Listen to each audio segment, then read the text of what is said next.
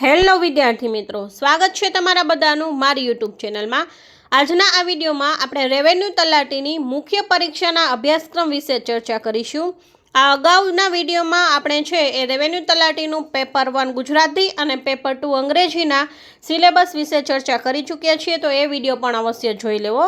જે લોકોને મુખ્ય પરીક્ષા આપવાની છે તેને છે એ સિલેબસ છે અવશ્ય ડિટેલ્સમાં જોઈ લેવો, કેમ કે સિલેબસની બહાર કંઈ પૂછાતું નથી અને સિલેબસ સિવાયનું કરવાથી કોઈ ફાયદો નહીં થાય અને ટાઈમ તમારો વેસ્ટ થશે। તો આ વિડીયો છે અચૂકથી જોઈ લેવો અને સારું લાગે તો તમારા મિત્ર સુધી અવશ્ય શેર કરવો। સામાન્ય અભ્યાસના પેપરમાં અહીંયા સિલેબસ આપેલો છે, તેમાં તમે જોઈ શકો છો ગુજરાતનો તથા ભારતનો ઇતિહાસ તેના 15 માર્ક્સ છે, સાંસ્કૃતિક વારસાના 15 માર્ક્સ છે, ગુજરાત તથા દેશની ભૂગોળના 15 માર્ક્સ છે। આ ટૂંકમાં લખેલું છે, પછી ડિટેલ્સમાં સિલેબસ આપણે પાછળ જોઈએ। પછી છે વિજ્ઞાન અને ટેકનોલોજીના 10 માર્ક્સ, પ્રાદેશિક રાષ્ટ્રીય અને આંતરરાષ્ટ્રીય મહત્ત્વની ઘટના વર્તમાન પ્રવાહો સહિત 30 માર્ક્સ, ભારતીય રાજ્ય વ્યવસ્થા અને બંધારણ 20 માર્ક, ભારતીય અર્થતંત્ર અને આયોજન 15 માર્ક્સ, જાહેર વહીવટ અને શાસન સરકારશ્રીની યોજનાઓ વિષયક જાણકારી 20 માર્ક્સ, જાહેર સેવામાં શિસ્ત તથા નીતિમત્તા 10 માર્ક્સ। અહીંયા તમે જોઈ શકો છો કુલ ગુણ 150 છે અને તેમાં ક્વેશ્ચન છે તેના માર્ક્સ આપેલા છે અને નંબર ઓફ ક્વેશ્ચન કેટલા હશે અને ટોટલ માર્ક્સ કેટલા એ દર્શાવેલું છે। તો 1 માર્ક્સ જે છે તેવા 10 ક્વેશ્ચન હશે એટલે ટોટલ 10 માર્ક્સના એ હશે। પછી 2 માર્ક્સવાળા 10 પ્રશ્ન હશે એટલે 20 માર્ક્સ થશે, 3 માર્ક્સવાળા 30 પ્રશ્ન હશે એટલે 90 માર્ક્સ થશે અને 5 માર્ક્સવાળા 6 પ્રશ્ન હશે એટલે 30 માર્ક્સ એના થશે। એટલે ટોટલ જે છે એ નંબર ઓફ ક્વેશ્ચન થશે 56 અને ટોટલ માર્ક્સ થશે 150। તો આ રીતે છે એ માર્કિંગ સ્કીમ એની હશે।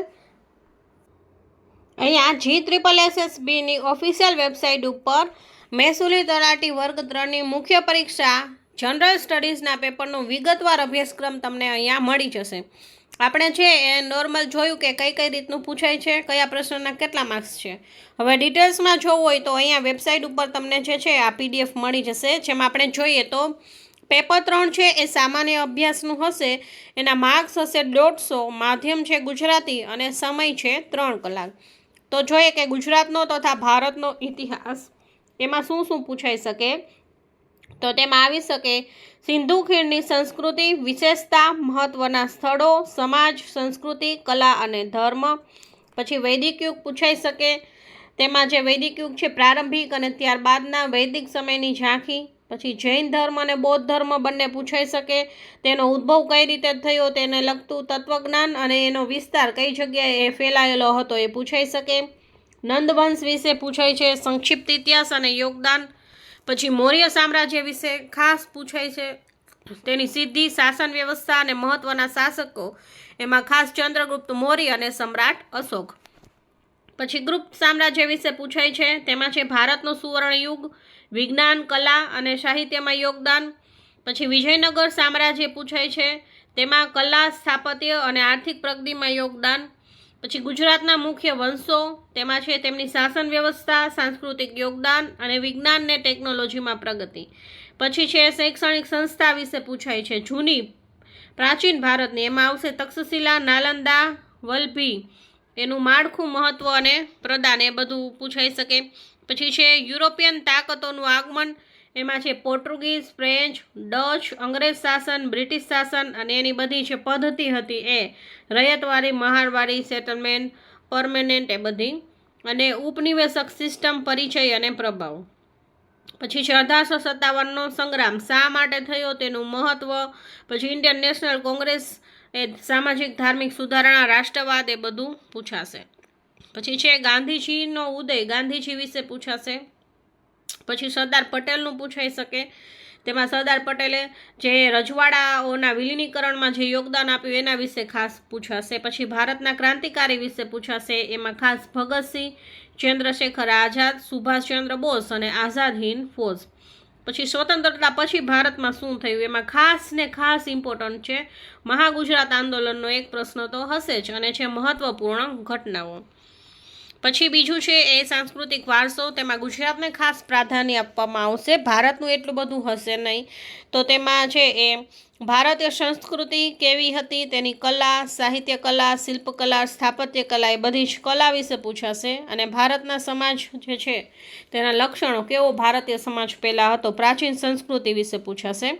પછી ભારતીય સિનેમા અને નાટ્ય કલા અને એનો પ્રભાવ એના વિશે પૂછાશે. પછી છે ગુજરાતની કલા અને હસ્તકલા, પછી છે ગુજરાતની નાટ્ય કલા, પછી છે ગુજરાતની લોક સંસ્કૃતિ અને મૌખિક પરંપરા, અને પછી છે ગુજરાતની દરિયાકાંઠાની સંસ્કૃતિ અને આદિવાસી સંસ્કૃતિ વિશે. લોક સંસ્કૃતિમાં મેળા અને બધું જ એમાં આવી જશે. પછી છે ગુજરાત અને દેશની ભૂગોળ. પછી ગુજરાત છે એના ગુજરાતને ભારતના ભૌતિક લક્ષણો, સંસાધનો કયા છે, એટલે આબોહવા, માટી, ખડકો, નદી, જળાશય, વનસ્પતિ, ખનિજ અને જળસ્ત્રોત. પછી આર્થિક ઇતિહાસમાં જોઈએ તો પ્રાથમિક, દ્વિતીય, તૃતીય અને ચતુર્થી ક્ષેત્રો. પછી સામાજિક અને લોકવસ્કીય ભૂગોળ. પછી છે વિકાસ ને પર્યાવરણ સંબંધિત મુદ્દા, ટકાઉ વિકાસ અને વૈશ્વિકીકરણ. ખાસ ટકાઉ વિકાસમાંથી એકાદો પ્રશ્ન તો હોય જ છે, અને વૈશ્વિકીકરણમાં પણ હોઈ શકે. પછી છે એનો સામાજિક આર્થિક પ્રભાવ શું છે, સ્માર્ટ શહેર કેવું હોય, કુદરતી આફત કઈ કઈ છે, લાવા, પછી છે ભૂકંપ, પછી આગ ફાટી નીકળવી જંગલમાં, એ બધી કુદરતી આફતો વિશે છે. કાર્બન ઉત્સર્જન, પ્રદૂષણ, આફત વ્યવસ્થાપન, હવામાન પરિવર્તન છે, વૈશ્વિક પ્રતિસાદ દેના છે પર્યાવરણ ક્ષય થાય છે એનો શું હોય છે, એના કરાર અને પરિષદો વિશે. ત્યારબાદ છે વિજ્ઞાન ને ટેકનોલોજી. તેમાં માનવ જીવનમાં વિજ્ઞાન શું ઉપયોગી છે, દૈનિક જીવનમાં શું ઉપયોગી છે. પછી ભારતનું એમાં શું યોગદાન છે, રાષ્ટ્ર નિર્માણની અંદર વિજ્ઞાન ને ટેકનોલોજીની ભૂમિકા એ ખાસ પૂછાય એવું છે. પછી આઈસીટી ખૂબ જ અગત્યનો અને ખૂબ જ બધાને પરીક્ષામાં પ્રિય હોય એવો ટોપિક છે, એ છે ICT, information and communication technology. ખાસ એના વિશે બધું જ કરી દેવું. સાયબર સુરક્ષા, એની નીતિ, સાયબર ગુના, એ બધું જ આઈસીટીની અંદર આવી જશે. પછી છે ભારતના અવકાશ કાર્યક્રમો. અવકાશમાં ભારત છે ન્યુક્લિયર નીતિ છે, ઉર્જા નીતિ છે, રક્ષણ માટેની સેવા ટેકનોલોજી. આ ખાસ અવકાશ કાર્યક્રમો પણ ખૂબ આઈએમપી પ્રશ્ન છે પરીક્ષા માટે. ભારતના દેશની રક્ષણ માટે જે છે એ કયા કયા નવા છે એ રડાર કે કયું નવું આવેલ છે નૌકાદળની અંદર, અવકાશ વિજ્ઞાનની અંદર કે ભૂમિ દળની અંદર, એ ખાસ પૂછાય છે. પછી છે વિજ્ઞાન અને ટેકનોલોજી ક્ષેત્રે ભારતીયોનું યોગદાન, એ બધા પૂછાય એવા પ્રશ્ન છે. પછી છે પ્રાદેશિક, રાષ્ટ્રીય અને આંતરરાષ્ટ્રીય મહત્ત્વની ઘટના, વર્તમાન પ્રવાહો સહિત, એટલે કરંટ અફેર્સ. પછી છે ભારતીય રાજ્ય વ્યવસ્થા અને બંધારણ. એની અંદર ભારતનું બંધારણ કેવું હોવું જોઈએ, એના લક્ષણો. પછી કેન્દ્ર અને રાજ્ય સરકાર વિશે પૂછાશે. ખાસ રાજ્યપાલની ભૂમિકા. તો અહીંયા લખેલ છે કે રાજ્યપાલની ભૂમિકા, તો ફક્ત આપણે રાજ્યપાલ એક જ છે એ ટોપિક કરવાનો રહેશે. પછી છે કેન્દ્ર અને રાજ્ય સરકાર વચ્ચેના શક્તિ વિભાજન, એટલે કેન્દ્ર સરકારને શું કામ કરવાનું હોય, રાજ્ય સરકારને શું કામ કરવાનું હોવું જોઈએ. પછી મહત્વપૂર્ણ બંધારણીય સુધારા. ખાસ આ ટોપિક પણ ખૂબ જ આઈએમપી છે. બંધારણીય સુધારા પણ છે પરીક્ષામાં ખૂબ જ પ્રિય ટોપિક છે, તેમાંથી પ્રશ્ન પૂછાતા જ હોય છે. બંધારણની અંદર આટલામાં સુધારો થયો ને આ સાલમાં થયો, પહેલાં આ હતું બંધારણની અંદર ને પછી સુધારો આવીને નવો અનુચ્છેદ આ આવ્યો છે, એ રીતે પૂછાય છે. પછી બંધારણીય સંસ્થા કઈ કઈ છે, એમની ભૂમિકા. પછી સંસદ અને રાજ્ય વિધાનસભાના ક્ષેત્ર અને સંબંધિત મુદ્દા, અને ભારતીય ન્યાયપાલિકા વિશે છે એ પૂછાતું હોય છે. સુપ્રીમ કોર્ટ છે, હાઈકોર્ટ છે, એના વિશે.